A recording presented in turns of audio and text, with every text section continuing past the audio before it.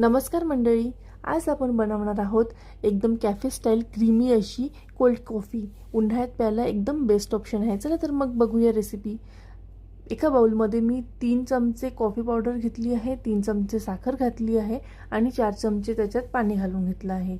हे मिश्रण आपल्याला चमच्यानी फेटून घ्यायचं आहे.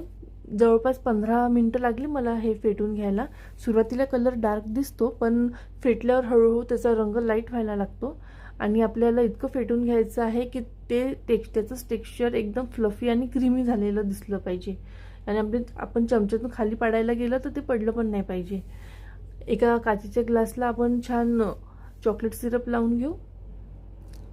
आता त्याच्यात काही बर्फाचे तुकडे टाकले मी 4-5 आणि त्याच्यात टाकून घेणार आहे आपली फेटलेली क्रीमी आणि फ्लफी अशी कॉफी. आता टाकणार आहोत चिल्ड मिल्क. वरून थोडंसं कॉफी सिरप टाकून गार्निश करून घेऊ आणि तयार आहे आपली चिल्ड आणि कॅफे स्टाईल कोल्ड कॉफी. चला तर मग लगेच चॅनलला सबस्क्राईब करा, व्हिडिओला लाईक करा, शेअर करा.